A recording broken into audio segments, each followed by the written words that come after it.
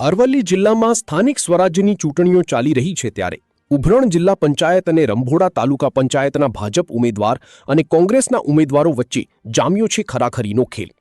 ભાજપના જિલ્લા ઉમેદવાર કૃષ્ણાબેન અને તાલુકાના ઉમેદવાર શારદાબેન બંને ભાજપના ઉમેદવારો પોતાના મત વિસ્તારમાં લોકોની મુલાકાતે ગયા હતા।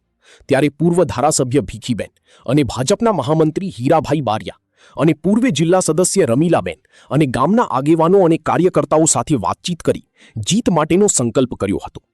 તેવા સમયે રંભોડા ગામના વસિષ્ઠ કોંગ્રેસ પક્ષના કાર્યકર્તા ખોટ વિજયસિંહ અને ખોટ અમૃતભાઈ બંને સિનિયર કાર્યકર્તાઓ સાથે બીજા 100 જેટલા કોંગ્રેસના કાર્યકર્તાઓ ભાજપમાં જોડાયા હતા અને કોંગ્રેસમાં ભૂકંપ સર્જાયો હતો।